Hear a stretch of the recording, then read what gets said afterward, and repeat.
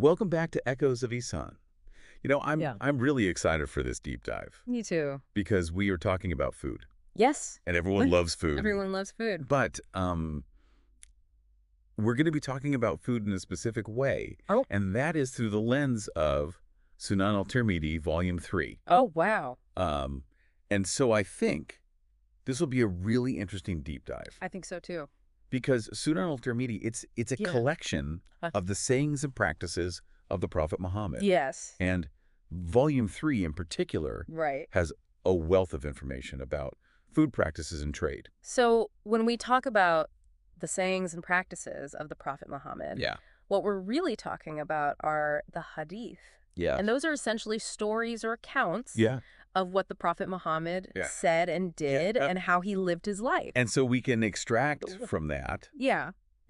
how we should live our lives Yeah. and what's the proper way Yeah. to go about things. Yeah. Yeah. And I think a lot of people, when they think about Islamic teachings, they think about the Quran, Yeah. but the Hadith are incredibly important because they give us that context. They Wow. give us the practical application of the Right. Quran's principles. Yeah, I think that's such a great point because there might be some things that are mentioned in the Quran that Right. don't really make sense to us today. Yeah, like how to Yeah, actually live that out Yeah. or what it looks like in practice. exactly. So the hadith Well, that- help to fill in those gaps. They do. They Yeah. do. And what's fascinating is that they don't just tell us Yeah. what to eat, like, which foods are halal and which are haram, Right. but they give us this whole framework for how to engage with food Yeah. in a way that's ethical Yeah. and mindful Yeah. and in alignment with Islamic principles. I love that. And just to give our listeners a little taste of what we're going to be talking about. Okay.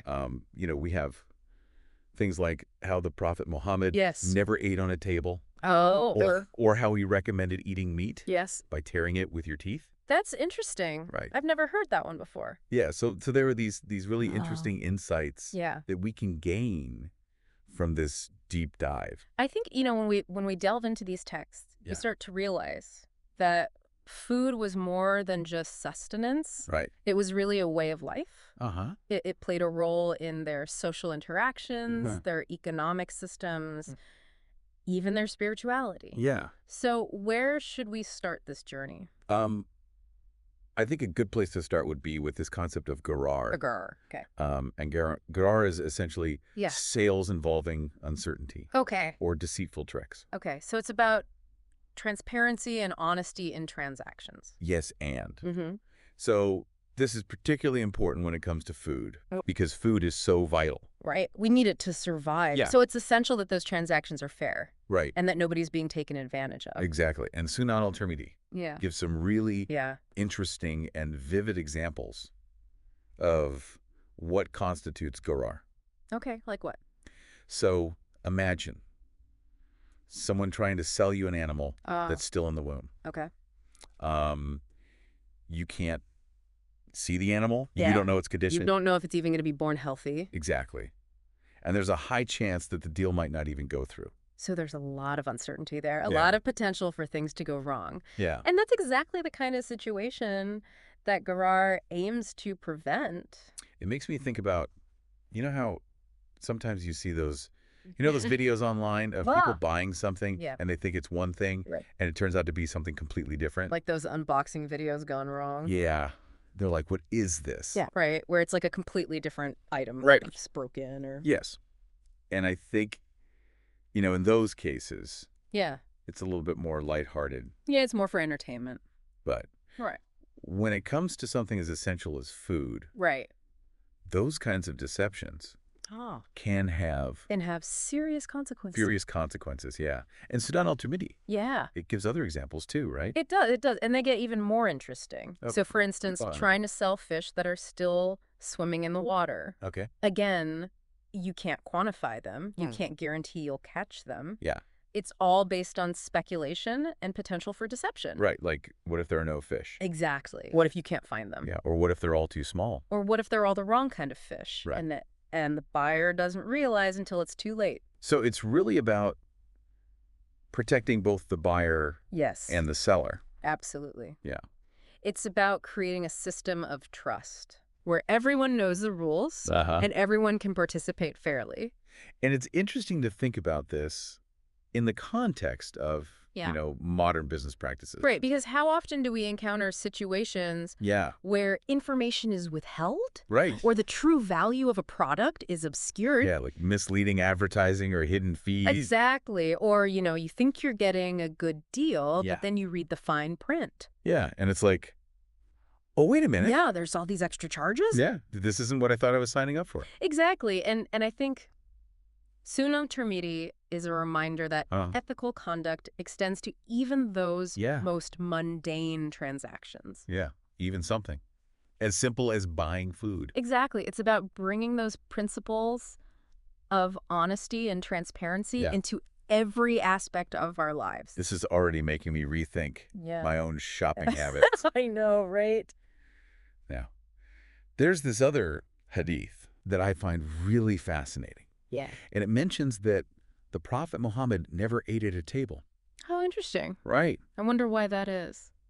And he didn't use small plates. So he was really embracing simplicity. Yeah, and it just seems so counter to what we're used to. Yeah. We have our dining tables, our fancy plates, our elaborate setups. Right. It's a whole production. Yeah. What's the deeper meaning Yeah. behind that? Well, I think it's important to remember that this was a time when extravagance and lavish displays of wealth Yeah. were very common among the elite. Right. So for the Prophet Muhammad to choose to eat on a simple leather mat on the floor, even though he could have easily indulged in those more lavish practices, was a powerful statement about his values. Yeah. What was he trying to say by doing that? I think he was emphasizing humility, contentment, and a focus on the essentials. It's like just stripping away all the unnecessary trappings. The distractions, the things that don't really matter. And just focusing on the food itself. Exactly. The nourishment, the connection with the people you're sharing the meal with, the gratitude for the sustenance. Yeah. It's interesting because, nowadays, we often use food as a way to impress others. Right. We have those fancy Instagrammable meals. Right. It's all about, the presentation, the ambiance, the fancy ingredients. Right. But the Prophet Muhammad's example is a reminder that it doesn't have to be that way. Exactly. True richness lies not in material possessions, but in those simple things, the things that truly nourish us. So it's almost like a practice in mindfulness. It is. It's about being present in the moment, appreciating what you have, and focusing on the essence of the meal. I love that. I love that concept. And there's another hadith that I want to bring up because it's a little bit unconventional. It's where the Prophet Muhammad suggests tearing meat with your teeth. With your teeth. Yeah. Stick. For better enjoyment and digestion. I mean, we have forks and knives for a reason. I know. Yeah. What do you make of that? Well, at first glance, Yeah. it does seem a bit strange. Yeah. But I think if we look beyond that initial shock value, we can actually find some wisdom there. Okay, I'm ready. I'm ready to be Okay. have my mind blown. Okay, so think about it this way. Okay. When we use forks and knives, we kind of distance ourselves from the food. Okay. We're not really engaging with it on a sensory level. Right. But when you tear meat with your teeth, you're forced to slow down. You're using your hands. Yeah. You're feeling the texture. Yeah. You're really savoring the flavors. The program bringing you back? It is. To that present moment. To that present moment. It's like he was promoting mindful eating. Exactly. Wow. Centuries before it became a trend. It's about being fully present in the act of eating. Appreciating the food. Yes, and appreciating the nourishment that it provides. And nowadays, mindful eating is such a... It is. It's a big thing. Big thing, yeah. It's all over the place. People are realizing the benefits of slowing down. Yeah. Paying attention to what they're eating. And I think this hadith is a beautiful reminder that this wisdom has been around for centuries. It's not a new concept. And it's not just about enjoyment either. There's also that aspect of digestion. When you eat mindfully, you tend to chew your food more thoroughly. Right. Which aids in digestion. Right. Your body can break it down more easily. Exactly. Now, I'm also curious about the specific types of food that were considered permissible and prohibited during the Prophet's time. Right, because Islam has very clear guidelines on what Muslims can and cannot eat. And Sunan al Tirmidhi mentions badger as an example. Badger yeet. Yeah, it seems like there were differing opinions. Oh, so it wasn't just a straightforward yes or no on whether badger meat was permissible. Yeah, and I think this is a really important point to highlight. Okay. Because it shows that Islamic jurisprudence is not always about black and white answers. Right. It's not just about blindly following rules. Yeah, there's room for interpretation. There is. There's room for context, and there's definitely room for debate. And so in the case of badger meat, some scholars deemed it permissible. Okay. While others expressed dislike for it. So they weren't necessarily saying it was haram. Right. But they just didn't prefer it. Yeah. Maybe for cultural reasons. Yeah, or maybe there were concerns about the way it was hunted or prepared. Right, exactly. So it's about understanding the reasoning behind those opinions. As a reminder to not just follow blindly. Absolutely. It's about engaging with the tradition, understanding the nuances, and coming to your own informed conclusions. Yeah, and I think that's something that we've lost in a lot of ways in modern society. I agree. Right. We've become so accustomed to just accepting what we're told without questioning, without really understanding the why behind it. Yeah. And Sunan al Tirmidhi is a call to go deeper, to engage with our intellect, to really ponder these matters. I love that. Now, another hadith that caught my attention. Okay. Prohibits eating jalala. Jalala, okay. And milking it. So what is jalala? Jalala refers to an animal that hasn't been properly cared for. And so the prohibition against eating its meat or drinking its milk is really a reflection of this concern for animal welfare. Yeah, so it's about treating animals with compassion. Yes. Recognizing their inherent worth and not just treating them as commodities. Yeah, and I think this is so relevant today. It is, because we have this growing concern for animal rights. Yeah, with factory farming and Anna Katie, you know, all these practices. The ethical implications of how we treat animals. And it's interesting to see how this concept, which is so contemporary, was already embedded in Islamic teachings. Centuries ago. Centuries ago. It's a reminder that these values are timeless.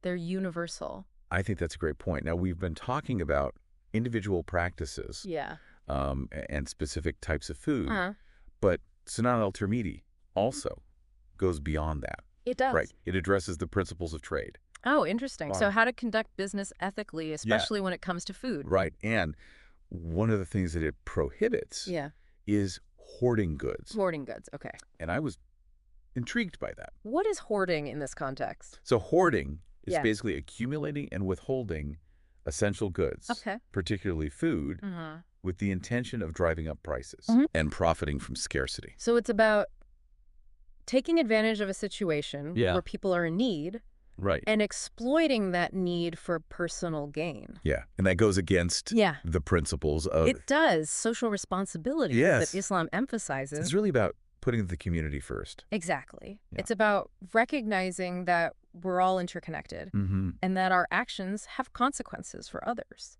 And it's interesting to think about this in today's world where we often see, you know, essential goods becoming scarce during emergencies. Like during natural disasters. Yeah, or pandemics, or times of economic hardship. Right. And then you have individuals or corporations who try to exploit that situation. To make a profit. Yeah. It's a direct violation of those principles that Sunan al Tirmidhi outlines. It's a reminder that ethical conduct should guide our actions, even in times of crisis. Especially in times of crisis, because that's when it's most important. Yeah, to be looking out for one another. And Sunan al Tirmidhi also mentions this practice called muhafala. Muhafala. Yeah. What is that? And Karen, muhafala refers to this practice where a seller would retain some milk in an animal's udders before selling it. So they're trying to make the animal seem more valuable than it actually is because it looks like it produces more milk. Yeah. That's sneaky. It is sneaky. And it's a form of deception. Exactly. Right. It's a way of misleading the buyer. And so Sunan al Tirmidhi condemns this practice. It does. It says this is not an ethical way to conduct business. Because it's based on dishonesty. Right. It's about eroding trust. It reminds me of, all the ways that consumers are misled today. Right. Right. Misleading advertising. Yes. Hidden fees. Right. Products that are, not as they appear. Right. They're not what they're cracked up to be. Right. And so I think Muhafala is a good example of how these ancient principles are still relevant. They are. They're timeless. They remind us to be vigilant, to be informed, and to demand transparency. Yeah. Because ultimately, ethical conduct is about building trust and creating a fair and just society. I love that. And speaking of justice, I want to shift gears a little bit and talk about how Sunan al Tirmidhi addresses dispute resolution. Oh, dispute resolution. It's okay. Yeah, and it might seem a little bit removed from food. Yeah. But I think it's all connected. I think so, too, because when you have a society that values fairness and justice, that's going to extend to all aspects of life. Right, including how they handle disagreement. Exactly. So how does Sunan al Tirmidhi guide us in this area? Well, one of the key principles that it emphasizes is the importance of fair judgment in disputes. Yeah. And there's a hadith that says that the burden of proof lies with the claimant. So the person making the accusation has to provide evidence. Right. They can't just make accusations. You can't just make claims without any substantiation. Right. And I think that's such a fundamental... It is. Principle of justice. Principle of justice. Yeah. And it's something that we see across cultures and time periods. It's a universal value. It's about protecting the innocent. Yes. And ensuring that judgments are based on evidence, not just on hearsay or assumptions. And this is especially important in matters of food and trade. Right, because those are areas where disputes can easily arise. Yeah, what if someone accuses another person of selling them spoiled food? Exactly. Yeah. Or of cheating them. Or of stealing their livestock. Right. So, Sunan al Tirmidhi provides a framework for resolving these conflicts in a way that's fair and just. And it's not just about resolving individual disputes. It's about creating a system where justice prevails. Yeah. A system that's based on principles of fairness and accountability. Yeah. And Sunan al Tirmidhi also talks about oath-taking. Oath-taking, in situations where there are no witnesses. So if there's no direct evidence, how do you determine the truth? And so in those cases, the defendant can swear an oath attesting to their innocence. So it's like putting their hand on the Quran and swearing before God. And this is not just a formality. Yeah, it's not. It's a courtship. And we're back, delving deeper into the world of food ethics. Yeah. As illuminated by Sunan al Tirmidhi, Volume 3. You know, I've been thinking a lot about these concepts of Garar and Muhafala. They do too. How relevant they are. They're so relevant. Yeah. Especially in today's marketplace. Yeah, because it's so easy to be misled. It is. There's so much information out there. Right. And it's not always accurate. And it's not always presented in a way that's easy to understand. Right. You know, there's so much fine print, so many hidden fees. I think one of the things that Sunan al Tirmidhi emphasizes is this importance of knowledge. Yes, knowledge and awareness. Right. It's not enough to just have good intentions. Yeah, you have to be informed. You have to be informed. You have to do your research. And I think that's so important when it comes to food. Especially with food. Yeah. Because it's something that we consume every day. Right.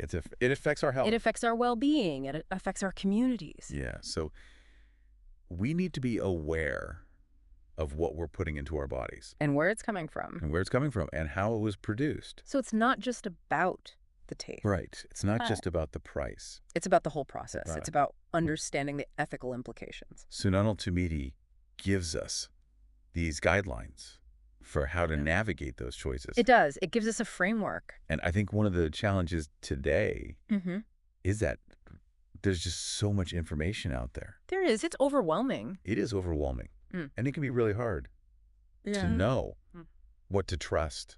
Especially when it comes to food labels. Yeah, food labels can be so confusing. They can be. Yeah. You know, they use all this jargon. Yeah, and sometimes they're misleading. Sometimes they make claims that aren't really true. Right. So how do we How do we apply these principles of Gharar in this modern context? Make informed choices. Well, I think it's about developing a critical eye. Okay. It's about learning to decipher the information that's presented to us. And it's about not being afraid to ask questions. Yes. You know, if something doesn't seem right, or if you're not sure about something. Yeah, don't be afraid to. Dig a little deeper. But I think it's also about supporting businesses that are transparent about their practices. That are ethical in their sourcing and in their production. Because ultimately, our consumer choices have power. You do. We can vote with our dollars. We can. Yeah. And we can support businesses that align with our values. I love that. Now, I want to shift gears a bit and talk about the Prophet Muhammad's simple eating habits. We touched on this earlier. Yeah, we did. Yeah. But I want to delve a little deeper because I think it's such a powerful example of how we can approach food. So remind me, what were his eating habits like? So he never ate at a table. He didn't use a table? No. And he didn't use elaborate tableware. So he was really embracing simplicity. Yeah, he ate on a simple leather mat. On the floor. On the floor. And, you know, nowadays, we have this obsession with, you know, extravagant dining experiences. We do. You know, it's all about the fancy restaurants, the beautifully plated dishes, the ambiance. It's so easy to get caught up in that. It is. It's easy to forget what really matters. And I think the Prophet Muhammad's example is a reminder that it doesn't have to be that way. True richness doesn't come from material possessions. It comes from those simple things. Yeah, the things that truly nourish us, the connections with the people we share our meals with. The gratitude for the sustenance. So it's almost like he was practicing minimalism. Yeah. Yeah. Centuries before it became a trend. Right. It's about stripping away the excess. Focusing on the essentials. Yeah, and focusing on what truly matters. And I think that's a message that we all need to hear. Yeah. Especially in today's world. Because we're constantly bombarded with messages that tell us that we need more, that we need to buy more, that we need to consume more. And the Prophet Muhammad's example is a reminder that that's not the path to happiness. It's not. True happiness comes from contentment, from gratitude, from appreciating the simple things in life. And speaking of appreciating the simple things, I want to bring up that hadith about tearing meat with her teeth. Oh, yes. That one's always a good conversation starter. Right. I mean, it's definitely a bit unconventional. It is, but I think there's some real wisdom there. So remind us, what's the hadith about? So the hadith says that the Prophet Muhammad recommended tearing meat with your teeth for better enjoyment and digestion. Okay, and last time we talked about the mindful eating aspect. Yeah. But I'm still a little bit stumped on the digestion part. Okay. How does that work? Well, think about it this way. Right. When you tear meat with your teeth, you're using more muscles in your jaw. You're really working that food. You're breaking it down. And that helps with the digestive process. And it also stimulates saliva production, okay, which is essential for digestion. And so it's not just about slowing down and being mindful. Yeah. It's also about physically aiding the digestive process. So it's a holistic approach to eating. It's about engaging your mind, your body, and your spirit. Now, I want to talk about permitted and prohibited foods. Okay. Because we touched on that with the example of badger meat. Yeah, and how there were different opinions among the scholars. This highlights an important point. What's that? That Islamic jurisprudence is not always black and white. Right. It's not about blindly following rules. There's room for interpretation. There is. There's room for debate. And there's room for context. And so this example of badger meat, some scholars deemed it permissible. Others expressed dislike for it. But they weren't necessarily saying it was haram. Right. They were just saying, you know, we don't prefer it. Maybe for cultural reasons. Maybe for era, you know, reasons related to how it was hunted or prepared. So it's about understanding the reasoning behind those opinions. It's about engaging in a thoughtful discussion. And it's about recognizing that there can be multiple perspectives on the same issue. On the same issue. And I think that's something that we need more of in today's world. I agree. Right. You know, we've become so polarized. We're so quick to judge, to condemn. You dismiss other viewpoints. But Sunan al Tirmidhi encourages us to have those conversations, to listen to one another, to try to understand where the other person's coming from. I love that. Now, another hadith that I want to bring up. Okay. Prohibits eating jalala and milking it. When we talked about jalala before. We did. Yeah. It's an animal that hasn't been properly cared for. Right. And so, this prohibition is really a reflection of the importance of animal welfare in Islam. And that's a concept that's often overlooked. It is. Yeah. People often think that. Islam doesn't have any guidelines regarding animal welfare. But it does. It's just very clear. And this hadith is a prime example. Yeah. Because it's saying that, we have to treat animals with compassion. With kindness. No, we have to. Provide for their needs. We have to make sure that they're not suffering. So it's not just about avoiding cruelty. It's about actively caring for their well-being. And this resonates so much with the animal rights movement today. People are becoming more aware of the ethical implications of how we treat animals. And they're demanding better treatment. And Sunan al Tirmidhi is a reminder that these values have been around for centuries. They're not new. And they're essential to living a moral and ethical life. So it's not just about what we eat. Right. It's about how we live. It's about how we treat right. all of God's creations. And that includes animals. And we've been exploring these ethical dimensions of food. Yeah. We've talked about individual choices. We've talked about trade practices. Sunan al Tirmidhi also addresses the systemic factors that shape our food systems. So it's not just about personal responsibility. It's also about social responsibility. One of the things that it condemns is hoarding. And we talked about this in the last part. Right. It's the act of accumulating and withholding goods, particularly essential items like food, with the intention of driving up prices. Profiting from scarcity. So it's a form of exploitation. It is. It's taking advantage of people's needs. And it's something that Islam strongly condemns. And I think this is so relevant today. It is, because we're seeing increasing economic inequality. We're seeing the concentration of wealth in the hands of a few. So it's important to remember our actions have consequences, and that we have a responsibility to use our resources in a way that benefits everyone, not just ourselves. And Sunan al Tirmidhi also mentions this practice called muhafala. And Komi, this is where a seller would deceptively retain milk in an animal's udders before selling it to make it seem like the animal produces more milk. Right. And so this is a form of deception. It's misleading the buyer. And it's a violation of those principles of honesty and transparency. And it reminds me of all the ways that consumers are misled today. Now we get misleading advertising. We have hidden fees. We have products that don't live up to their claims. And so it's important to be vigilant, to be informed, and to demand transparency from the businesses that we interact with. Because ultimately we have the power to shape the marketplace with our choices. Now I want to shift gears again and talk about dispute resolution. Dispute resolution. Because Sunan al Tirmidhi provides some guidance on how to handle disagreements. And this might seem like a bit of a departure from our discussion of food.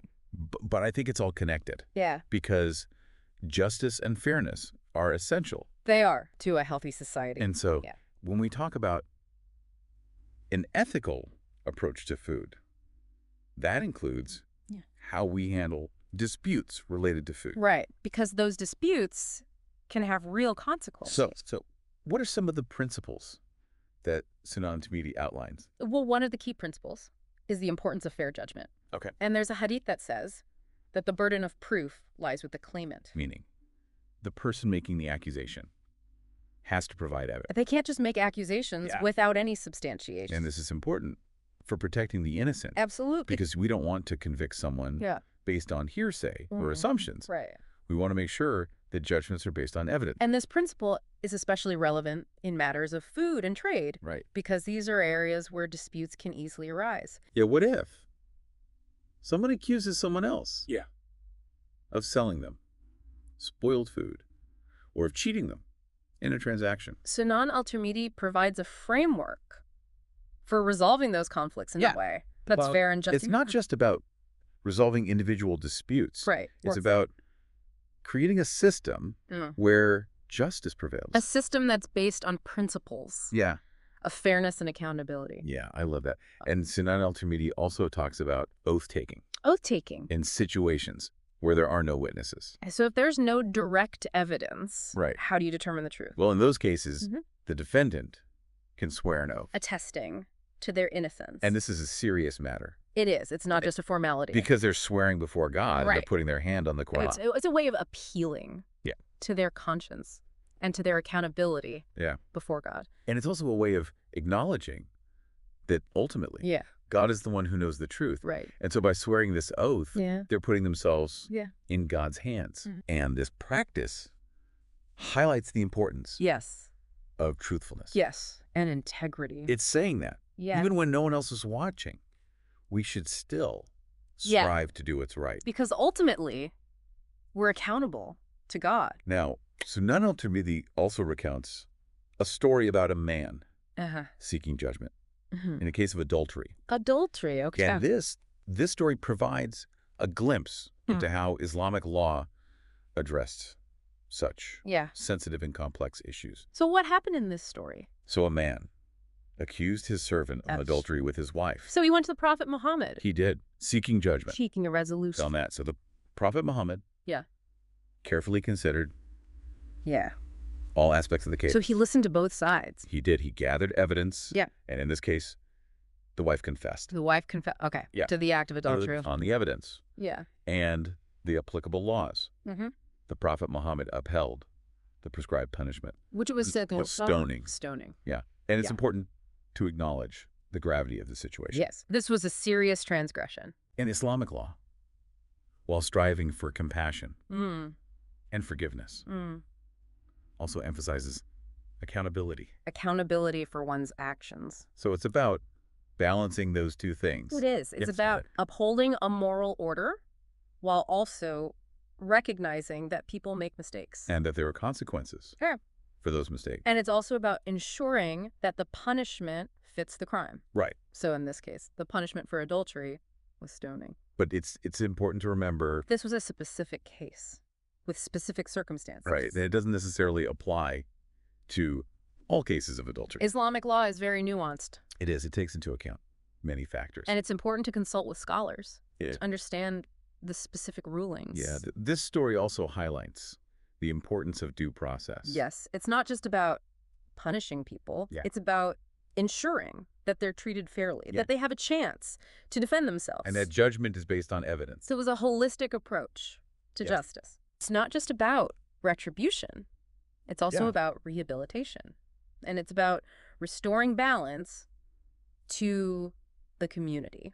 This has been a really illuminating discussion of justice and dispute resolution in Sunan al Tirmidhi. And it's interesting how these principles are so interconnected. Yeah. You know, as we wrap up our deep dive into Sunan al Tirmidhi Volume 3, I'm really struck by how this text encourages us to think deeply about our actions and their ripple effects. It's not just about individual choices. Right. It's about understanding how those choices contribute to a larger social fabric. I think that's such a great point. Yeah. It's something that we've seen throughout this deep dive. We have, you know, from the way people interacted with food to the way they traded to the way they resolved disputes. Yeah. It's all interconnected. It is. And it's all about creating a society that's based on ethical principles. And, you know, we'll tell us on that part. We talked about that story. How about the man who accused his servant of adultery? And it was a really powerful illustration. It was, of how Islamic law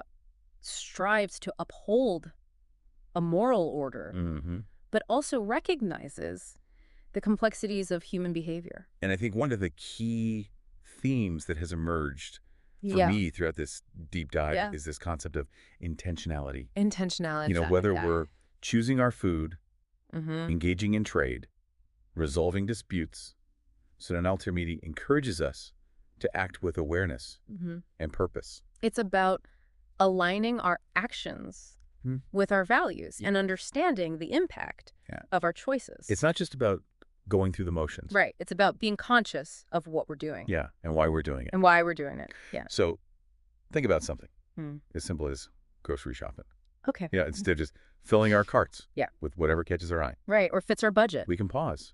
Yeah. And we can consider the ethical implications of our choices. We can ask ourselves, are we supporting fair trade practices? Are we prioritizing our health and well-being? Are we minimizing our environmental impact? Those are all important questions. They are. And it's about bringing that awareness to every aspect of our lives. I love that. It's about living intentionally. And it's not just about individual choices either. It's about advocating for systems and policies that reflect these ethical principles. Yeah, because we can't just focus on our own individual actions. We have to work to create a world where these values are embedded in the very fabric of society. I think this deep dive into Sunan al Tirmidhi has been so transformative for me. Me too. It's really made me think about my own relationship with food and with the world around me. And it's a reminder that these ancient teachings are still so relevant today. They are timeless. They are timeless. And they offer us guidance